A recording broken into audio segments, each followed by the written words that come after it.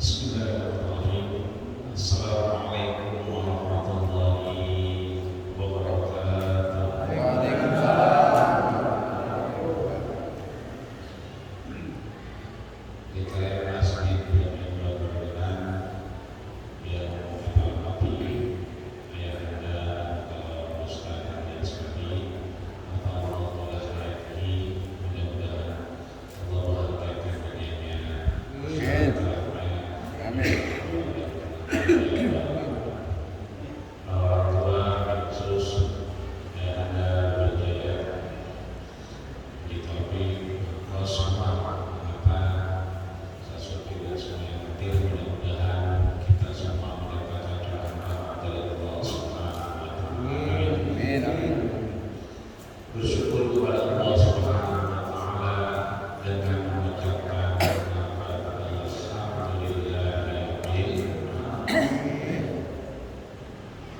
mudah-mudahan dengan kita bersyukur Allah tambahkan nikmat, Allah berikan kita kekuatan untuk sama-sama beribadah di hadapan Allah Subhanahu wa Ta'ala. Amin. Ya Rabbal Alamin. Man shalla alaihi salatan sallallahu alaihi biha asyara. Siapa yang berselawat kepada aku satu kali, maka Allah ganti 10 kali. Mudah-mudahan kita semua yang hadir termasuk rekan-rekan kita dalam Ustaz kemudian mudah-mudahan kita semua yang hadir mendapatkan rahmat dari Allah Subhanahu wa Ta'ala. Amin. Sampailah kita ke hadis yang ke-8. Di pertemuan sebelumnya kita sudah bahas inti dari agama adalah an-nasihatu, adalah nasihat. Buat siapa? Buat Allah, buat Rasulnya dan seterusnya yang sudah kita bahas dalam 5 kategori nasihat-nasihat inti dari agama kita di hadapan Allah Subhanahu wa Ta'ala. Maka di hadis ke-8 ini disampaikan an Abdillah bin Umar radhiyallahu ta'ala anhu. Jadi kalau an berarti dari cuma 3 buah baginya. Ada sanad, ada matan, ada rawi. Kalau sanad dari siapa? Kalau matan isinya, matannya bukan mantan. Beda matan sama mantan. Yang terakhir rawi. Rawi itu adalah yang meriwayatkannya. An berarti dari Abdillah bin Umar radhiyallahu ta'ala anhu. Kita belum lupa ada trio Abdullah. Ada 3 Abdullah yang terkenal. Ada 3 Abdullah yang sering meriwayatkan apa yang disampaikan Rasul. Sahabat sering tanya, Rasul sudah ada, bagaimana kita contoh Rasul? Orang-orang menjawab, lihatlah kepada Abdullah bin Umar bin Khattab. Melihat Abdullah bin Umar bin Khattab, maka laksana melihat Rasulullah sallallahu alaihi wasallam.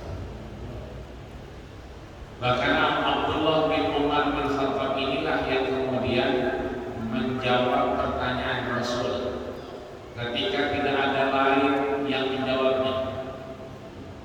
Ketika peristiwa Isra dan Mi'raj, orang pada mengumpul, Abu Bakar berkeyakinan meyakini apa yang disampaikan Rasul. Rasul tanya, man minkum dakhalal jannah, siapa di antara kalian yang pernah masuk surga? Enggak ada yang nyaut. Yang nyaut cuma aku. Siapa? Abdullah bin Umar. Di situ ada gambarnya juga Umar bin Khattab. Jadi Umar itu duduknya aja kayak orang diri. Saking tingginya duduknya kayak orang diri. Ya, gede. Berdiri ya. Enggak. Fa'in idza masya istahza'a al-syaitan. Kalau dia jalan orangnya belum kelihatan, tapi tiang-tiang masal udah gergetan, gemeteran. Bener. Istahza'a, goyang-goyang. Orangnya belum nongol, tapi jalannya udah kayak Umar. Geder duluan. Ada ketahuan. Fa'idha takallama asma, kalau ngomong suaranya lantang. Orang yang belum nongol suaranya udah kedengaran. Fa'idha doroba aja'an, dia kalau mukul pasti berdarah. Jadi kalau mukul orang udah apa? Ya, kalau belum berdarah mukul terus. Artinya Umar itu kalau mukul pasti berdarah. Saking tinggi dan gedenya, duduknya kayak orang berdiri. Begitu anaknya ngangkat tangan, si Abdullah ini, man minkum dakhala jannah, siapa di antara kalian yang pernah masuk surga? Kan orang ada yang nyaut tuh, dia ngangkat tangan. Kata babanya, ya mungkin apa ya saya ngangkat tangan. Babanya aja berani kata. Apa kata dia? Anak ya Rasulullah, saya ya Rasulullah. Itu Umar menunduk senunduk-nunduknya. Kenapa? Malu. Kata dia bocah kata dia menunduk. Yang kedua kata Rasul, man minkum syaraba ma'al jannah. Siapa di antara kalian yang pernah minum air surga? Nggak ada yang nunduk. Lagi-lagi Abdullah bin Umar menunjuk. Kata babanya babanya diem banget. Tuh Umar nunduk aja, Rasul juga ngeliat. Fatabas sama dan Rasul senyum. Umar yang begitu kelihatan meskipun duduk kayak orang diri, anaknya angkat tangan, dia nunduk. Rasul fatabas sama, Rasul juga nyengir. Babanya menunduk, anak angkat tangan. Apa kata Rasul?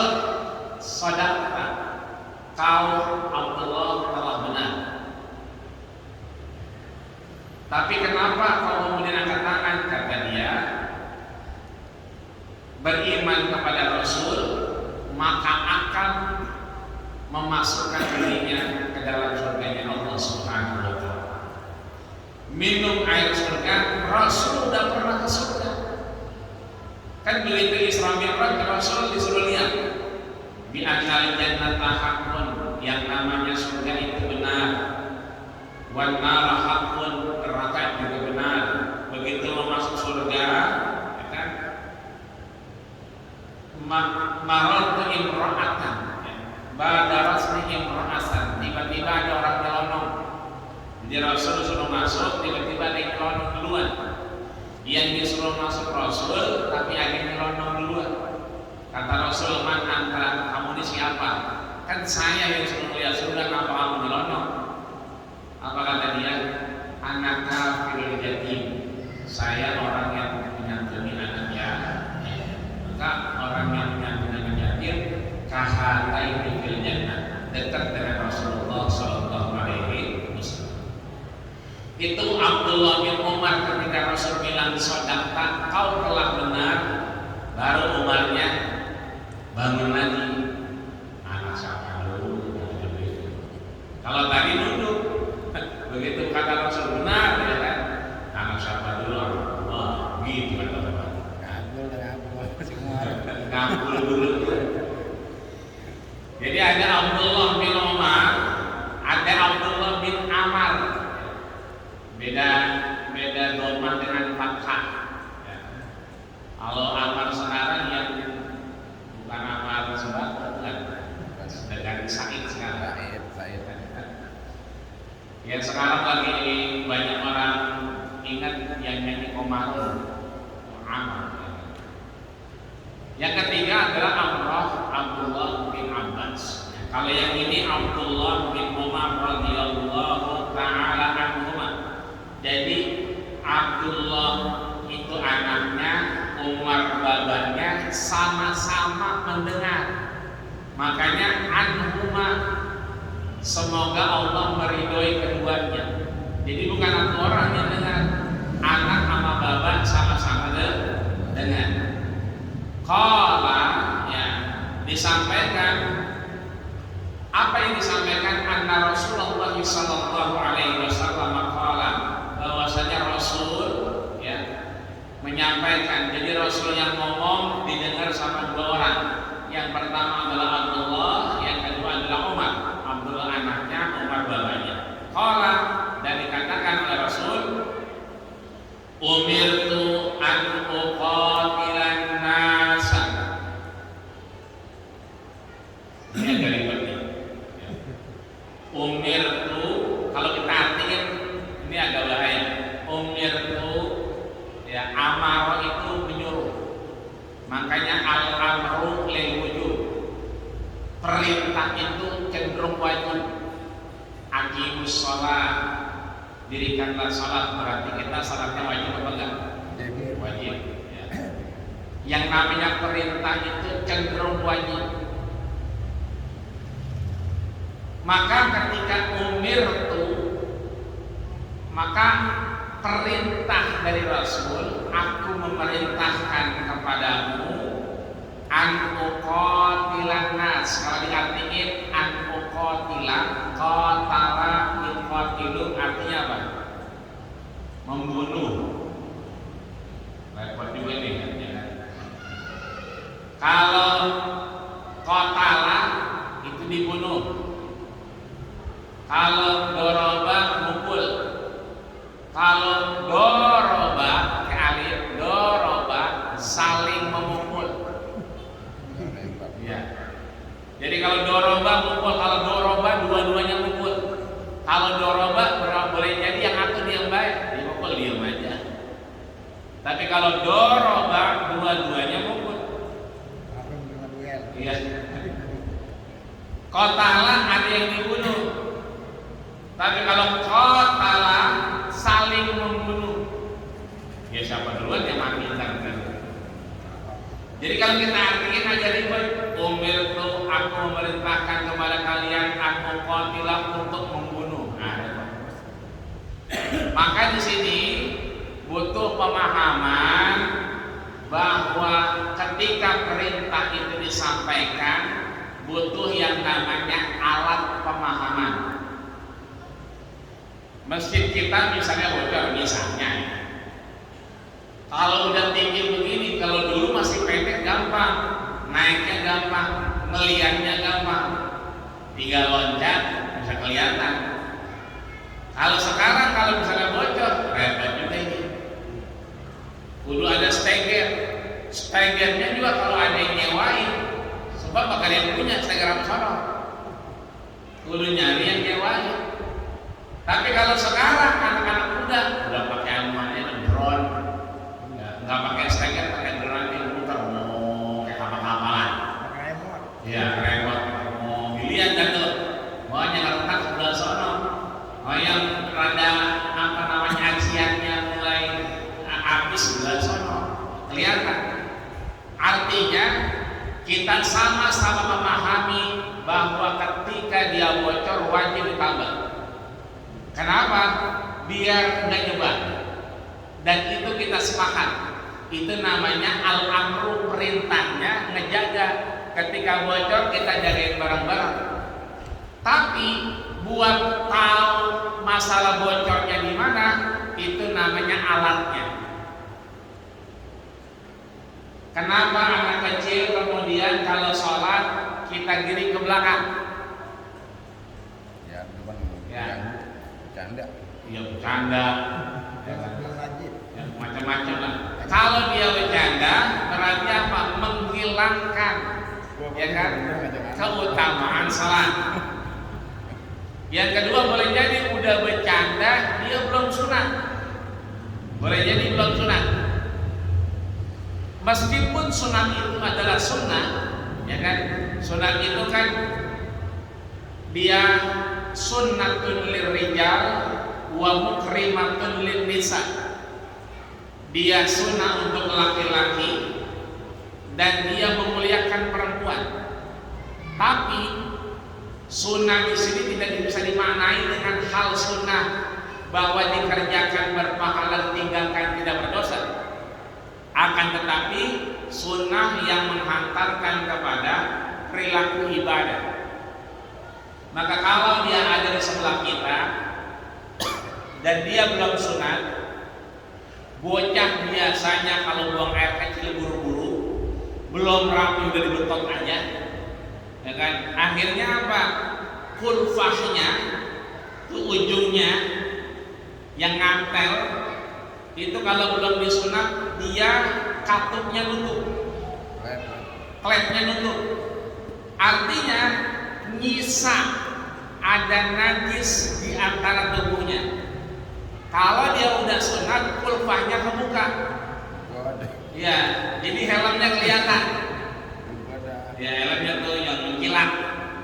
Kalau dia belum sunat, belum kebuka, maka bukan hanya dia bercanda, tapi dia juga membawa najis. Dan dia bisa memutuskan soft. Misalnya kita di sini sholatnya, ya kan? Terus tiba-tiba ada yang disono sholatnya, berarti kan softnya putus. Soft yang putus, pilih satu, dia harus jamaah bareng maka maju ke depan, atau dia menunggu jamaah selesai. Kenapa? La jamaah fil masjid, tidak ada dua jamaah dalam masjid. Ini lagi jamaah, sono jamaah lagi, ini biasanya di mall. Ya, di sini jamaah, sono jamaah lagi, nggak boleh itu. Karena tidak ada jamaah dalam satu tempat. Dia harus pilih sambung sopnya, berarti ikut jamaah, atau dia tunggu sampai selesai baru bikin jamaah lain. Kadang-kadang mungkin tempatnya yang sebelah sini becek misalnya, karena banyak orang mondar-mandir, ada yang kurang nyaman, maka dia pilih di pojokan yang kering. Tapi kalau dia pilih pojokan yang kering, ya kan, dia nunggu ini selesai dulu. Selesai ini baru dia komat sebelah sana, baru dia mulai jamaah lagi.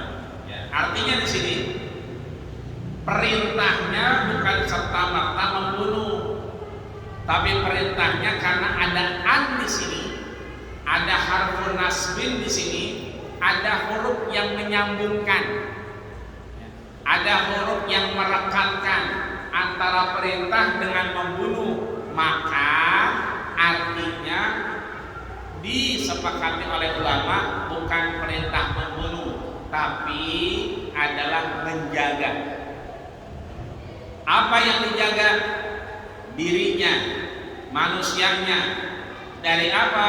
Hatta yashhadu alla ilaha illallah, sampai dia bersyahadat kepada Allah Subhanahu wa ta'ala. Dalam riwayat yang lain diartikan adalah sebagai memerangi. Jadi umirtu an uqatilan nas, aku memerintahkan untuk membunuh manusia. Maksudnya bukan membunuh tapi memerangi. Memerangi apa? Manusia, hatta yashhadu an la ilaha illallah wa anna muhammadar rasulullah, sampai dia bersyahadat kepada Allah bahwa tiada Tuhan, tiada ilah yang patut disembah kecuali Allah Subhanahu wa ta'ala, dan Nabi Muhammad adalah Rasul utusan Allah Subhanahu wa ta'ala. Kenapa perintahnya ini adalah memerangi? Karena ini kejadiannya setelah Rasul wafat. Ya. Sebetulnya Umar sama Abdullah sudah dengar ketika Rasul masih hidup, tapi kejadiannya itu ketika Rasul wafat, maka dilantik siapa? Abu Bakar As-Siddiq. Ketika zaman Abu Bakar ini, orang namanya uswahnya udah nggak ada, namanya panutannya udah wafat, maka cenderung goyang. Jadi bukan kita doang yang goyang, Zaman Nabi juga ketika Nabi wafat, ada Abu Bakar, orang mulai goyah. Ya, fakafaru ba'duhum, sebagian kembali kepada kekufuran. Satu. Wa kafaru bi'amalihim, sebagian lagi tidak keluar agamanya, tapi dia tidak menjalankan perintah Rasul. Ngapain? Tidak membayar zakat.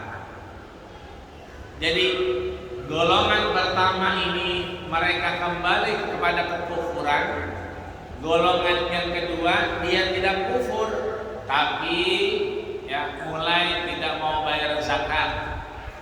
Kedua ya kan mulai tidak sholat. Nah, dua-dua hal ini kemudian diartikan oleh Abu Bakar As-Siddiq. Yang pertama, memerangi itu adalah manusia. Yang manusia itu hatta yashhadu an la ilaha illallah, mereka yang belum bersyahadat kepada Allah Subhanahu wa ta'ala. Artinya diperangi ketika dia membahayakan keberadaan Islam saat itu. Karena ketika orang sedang beribadah, ketika orang sholat misalnya, dia mulai tepuk tangan, ya, wa bisafihim, jadi diaruh-aruh dengan tepuk tangan. Dan hal ini kemudian memberikan ciri-ciri mereka yang banyak tepuk tangan, mereka yang kemudian tidak menjalankan sholat, cenderung kemudian tidak membayar zakat. Jadi ada orang yang memang belum bersyahadat, tapi ada orang yang sudah bersyahadat kembali kemudian tidak sholat dan tidak bayar zakat. Yang kedua, wa yuqimus shalah, dan mereka tidak mendirikan salat. Ya, tadi sudah kita bahas. Artinya apa? Bahwa tidak ada hal yang ditakuti, tidak ada yang disembah kecuali Allah Subhanahu wa ta'ala, bukan hanya ketika kita salat atau membayar zakat, tapi kita kemudian menjadikan diri kita la ma'budu bihaqqin fil wujud illallah. Tidak ada yang patut disembah, tidak ada yang patut diikuti hukumnya, tidak ada yang patut kita teladani untuk menjalankan perintahnya kecuali perintah Allah Subhanahu wa ta'ala. Wa tu'tiyaz zakat, ya, dan mereka membayar zakat. Fa idza fa'alu dzalika, kalau mereka kemudian melakukan itu semua, menjalankan perintah yang sudah Rasul sampaikan semua, asamu minni dima'uhum wa amwaluhum, maka dijaga oleh Rasul apanya? Dima'uhum, darahnya, wa amwaluhum, hartanya. Maka ada dua cara. Kalau orangnya Islam berarti dia bayar zakat. Kalau orangnya tidak Islam berarti dia bayar jizyah. Apa itu jizyah? Kayak model upeti, kayak model pajak. Maka di beberapa negara kalau orang sudah zakat, pajaknya bayar setengah. Di tabung zakat Malaysia misalnya, kalau orang sudah bayar pajak, maka zakatnya setengah. Orang yang belum pernah bayar zakat, ya tertera belum pernah bayar zakat, maka kemudian bayar pajaknya full 100%. Ini artinya bahwa sejak zaman Rasul, asamu, mereka yang sudah bayar zakat atau mereka yang kemudian tidak membayar zakat tapi bayar jizyah, dijaga dima'uhum wa amwaluhum, dijaga hartanya, dijaga darahnya. Artinya apa? Abu Bakar yang terkenal memerangi dua hal, memerangi orang yang tidak mau salat, memerangi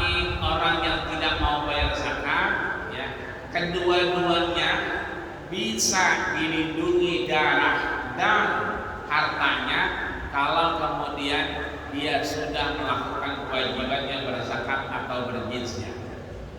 Maka Abu Bakar sering ngingetin ya, tarkus sholat kufrun. Kenapa orang diperangi yang tidak sholat?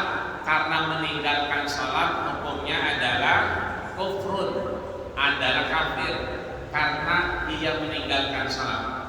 Fa'idha mata, kalau dia mati sebelum isya dan maghribnya belum sholat, famata kafiran, wafatnya matinya dalam kekafiran meskipun Islam. Sudah azan isya tapi dia belum sholat, wafat, ya kan? Famamatuhu, wafatnya ya mata kafiran, dalam keadaan kafir. Itu menurut Abu Bakar. Ya, artinya orang-orang yang tidak melakukan sholat adalah kelompok yang diperangi oleh Abu Bakar. Yang kedua adalah wa amwaluhum, ya tadi bayar zakat. Maka kelompok yang kedua yang diperangi Abu Bakar, mereka yang tidak mau membayar zakat. Illa bihaqil Islam. Dua-duanya ini dijaga darahnya, dijaga hartanya. Kalau kemudian dia ikut bihaqil Islam, ya, aturan main Islam, undang-undang yang kemudian mengatur, ya, karena memang keberadaannya waktu itu Rasul membangun masyarakat Madani di Madinah, dan kita tahu Madinah juga bertetangga dengan kaum Yahudi, baik itu Bani Nazir, baik itu Yahudi Bani Quraisy atau Quraisyah, yang kemudian banyak awalnya memusuhi baginda kita Rasulullah Sallallahu Alaihi Wasallam. Maka Abu Bakar ditanya sama Umar. Apa pertanyaannya? At-tuqatilan nas, bagaimana mungkin kau bisa membunuh manusia? Jadi ada hal yang tidak disepakati oleh khalifah lain setelahnya, katakan Umar, atas apa yang diperintahkan atau dilakukan oleh Abu Bakar. Juga ada pada beberapa pembahasan sebelumnya hal yang diusulkan Umar tapi tidak disetujui oleh Abu Bakar, tentang pengumpulan Al-Quran. Yang ngusulin siapa? Umar. Quran karena banyak orang wafat maka harus dibukukan. Sedangkan pembukuan Quran itu tidak bisa dilakukan karena tidak pernah diajarkan oleh Rasul. Dia amalun laisa bi amalin nabi. Maka pertanyaan balik dari Abu Bakar adalah atamalu ma la yaf'aluhu nabi. Umar, apakah kau akan melakukan sesuatu yang tidak pernah Nabi lakukan? Jadi ada kebijakan Umar ditentang Abu Bakar karena tidak pernah dilakukan oleh Rasul. Dalam satu pertemuan yang lain disampaikan lagi, Abu Bakar mulai menyetujui tentang pembukuan Al-Quran dan akhirnya menyepakati bahwa Quran harus disatukan. Maka dipilihlah namanya Zaid bin Sabit sebagai penulisnya, dipilihlah namanya Ubay bin Ka'ab sebagai penelaahnya, dan dikomandoi oleh Utsman bin Affan sebagai petugas pelaksananya. Ini artinya awalnya beda paham antara Umar dengan Abu Bakar. Begitupun kebijakan Abu Bakar ketika Abu Bakar memerangi orang-orang yang tidak sholat, tidak berzakat, Umar juga berselisih paham. Ditanya, atuqatilan nas, bagaimana engkau bisa membunuh, memerangi manusia? Sedangkan tidak semua orang sholat, tidak semua orang zakat, karena memang boleh jadi ada yang belum mendengar zakat dan boleh jadi orang belum mengenal sholat. Maka stressingnya adalah Abu Bakar menyatakan bahwa mereka-mereka yang sudah bersyahadat dan tidak sholat itulah targetnya. Mereka yang sudah bersyahadat tidak berzakat itu targetnya. Adapun yang tidak bersyahadat maka kemudian dia hanya membayar jizyah, ya, pajak yang kemudian diwajibkan oleh Abu Bakar pada satu pertemuan. Tapi di pertemuan selanjutnya Umar kemudian menyetujui dan mengiyakan, ya kan, illa bihaqil Islam, dengan tata cara yang sudah diatur dalam Islam. Maka di akhir disampaikan wa isabuhum 'alallahi ta'ala, karena amal-amal manusia itu yang berhak untuk menghisabnya adalah Allah Subhanahu wa ta'ala. Jadi ada orang belum beriman, dia tidak bayar zakat. Ada orang belum bersyahadat, maka dia belum sholat, ya. Amalnya Allah yang menghisabnya. Ada orang yang sudah bersyahadat karena Rasul wafat, sebagian tidak sholat, sebagian tidak mau membayar zakat, ya. Maka diperangi. Ketika diperangi untuk bayar zakat dan salat, ketika memang tidak melakukan salat dan zakat, fahisabuhum, maka seluruh amalnya juga dikembalikan kepada Allah Subhanahu wa ta'ala. Dan diriwayatkan juga oleh Anas. Jadi ternyata dikuatkan, bukan hanya Abdullah dan Umar saja, disampaikan juga oleh Anas ibnu Malik radhiyallahu anhu. Kita tahu Anas ini adalah ajudan Rasul. Kuntun khadiman Rasulillah sallallahu alaihi wasallam, atau riwayat lain khadimtun nabiyya asyra sinin. Aku menjadi ajudan Rasul 10 tahun. Ketika Rasul wafat, umurnya Anas ibnu Malik 20 tahun. Berarti jadi ajudan Rasul 10 tahun. 10 tahun berarti SD kelas 5. Ya, bocah sih. Kalau kita akan bocah. Tapi memang zaman dulu begitulah Rasul mendidiknya. 10 tahun jadi ajudan. Ya. Siapa dia? Anas ibnu Malik, bawain sendal, bawain sorban, bahkan satu saat beliau bawain pedang. 13 tahun dididik jadi translator Rasul, penterjemah Rasul. Zaid bin Sabit ketika menolong Rasul sampai hijrah, itu belum sampai ke Madinah. Kan dari Makkah ini kalau mau ke Madinah itu lewat Kuba dulu. Jadi Kuba dulu, ya, Madinahnya di sini, Kubanya di sini. Jadi baru sampai Kuba dicegat. Sama siapa? Sama kabilah Yahudi, Bani Nazir, Bani Quraisyah, dan Bani Qunaiqah. Kalau kita mau ke Masjid Kuba dari Madinah kurang lebih 10 menit kali pengajian, 15 menitan lah gitu. Agak lama dah. Baru duduk udah turun lagi 15 menit lah taruh, ya. Jadi dari Madinah kalau ziarah kita ke Masjid Kuba, pengen ke Pasar Korma tuh, itu kagak lama, 15 menitan. Jadi baru pemeremannya udah mulai pahit ya. Dekat, nggak begitu jauh, ya. Tapi di situ dicegat 15 menit sebelum sampai Madinah, dicegat dulu. Tidak boleh masuk di daerah namanya Kuba. Maka begitulah Rasul akhirnya membangun la masjidun ussisa ala taqwa.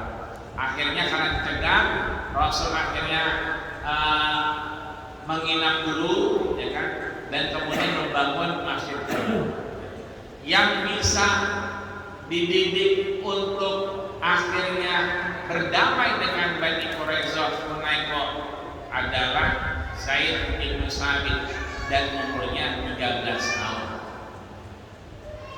Mu'adz bin Jabal ya, ketika diperintahkan Rasul untuk berangkat ke Yaman juga umurnya muda, 15 tahun.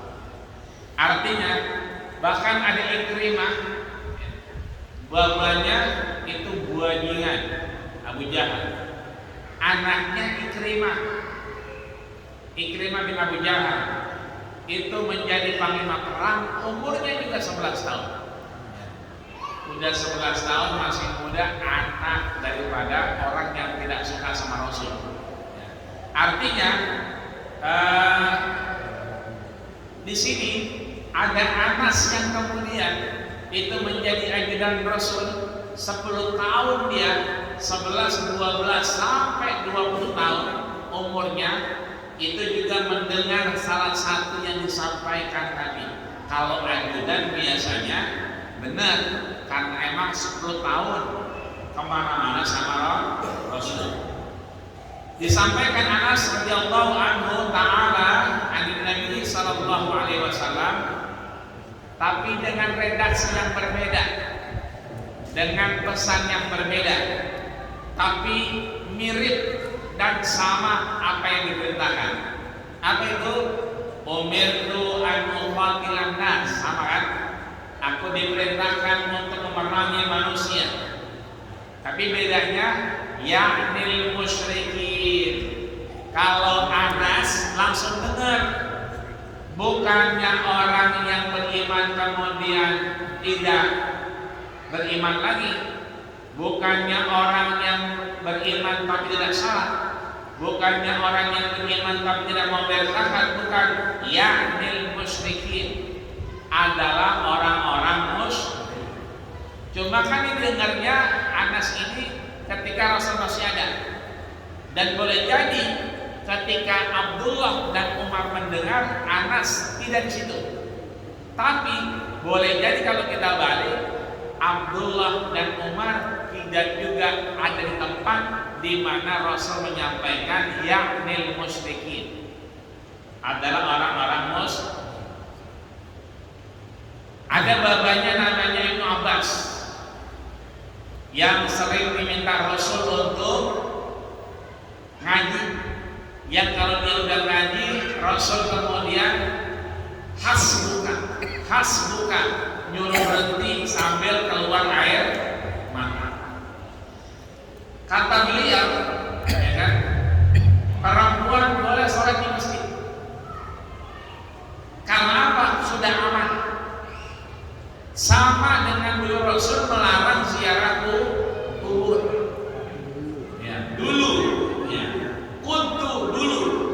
Tapi sekarang fazuruha, dan dibolehkan perempuan itu sholat di masjid.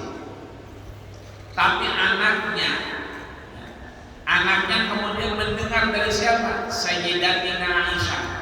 Aisyah menyampaikan, sekarang orang udah banyak, tambah banyak. Maka perempuan nggak ada ruang, beda dengan laki-laki, di mana aja bisa. Maka perempuan yang paling baik adalah sholat di dalam rumah. Kalau dalam rumah ada kamar, dalam kamar. Kalau ada kamar, ada tempat khusus di dalam tempat khusus. Cuma jangan di kampus aja, ribet punya. Yang disampaikan Aisyah itu karena memang Masjid Nabawi udah penuh, sehingga apa? Ada yang namanya Masjid Umamah yang sebelahnya tuh, yang sebelah kanan. Jadi kalau udah di sini, kamarinya meja yang banyak udara, yang masjidnya itu kayak batu, ya warna hitam.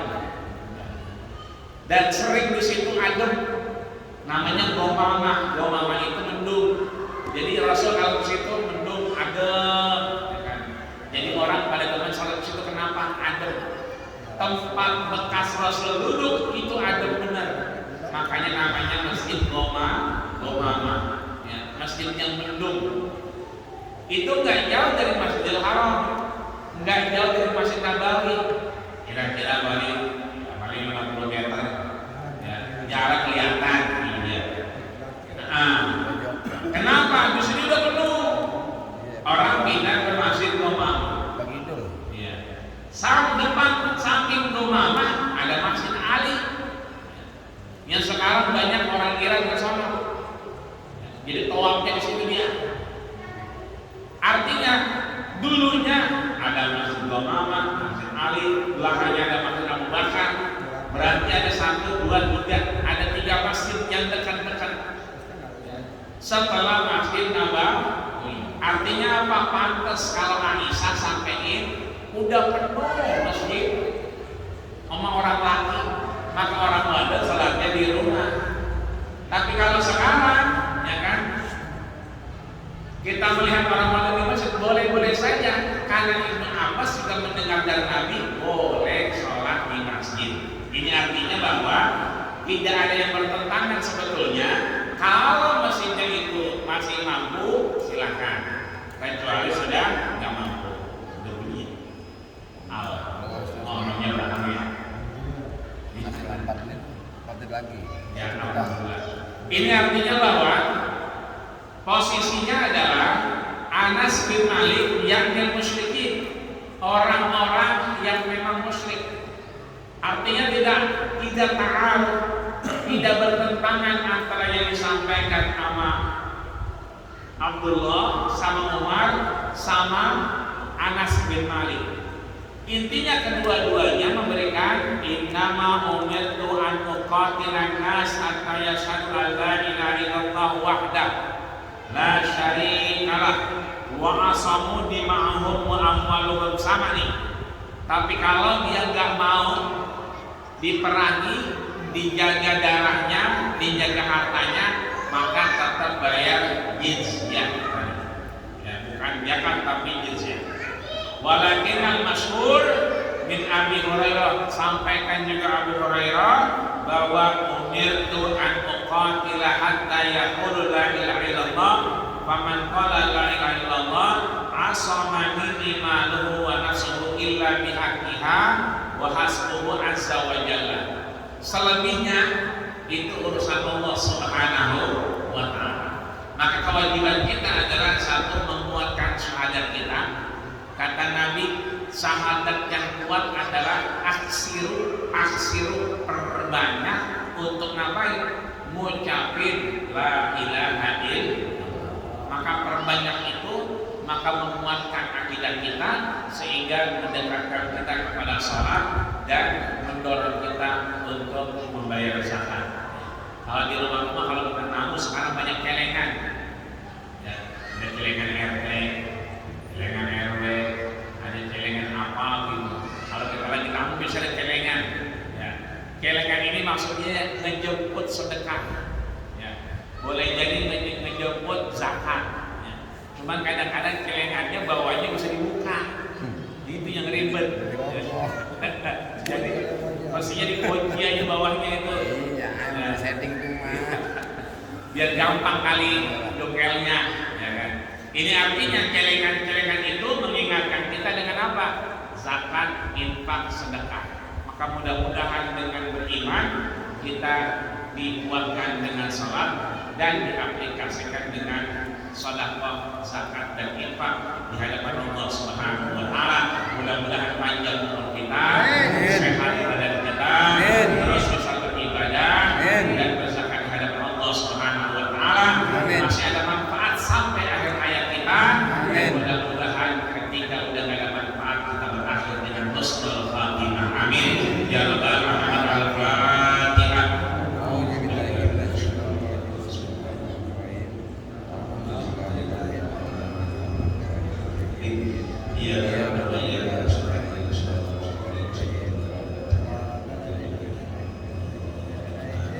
Sekian warahmatullahi wabarakatuh. Usikum wa nasihakumullah wa razaqakum. Wassalamualaikum warahmatullahi wabarakatuh.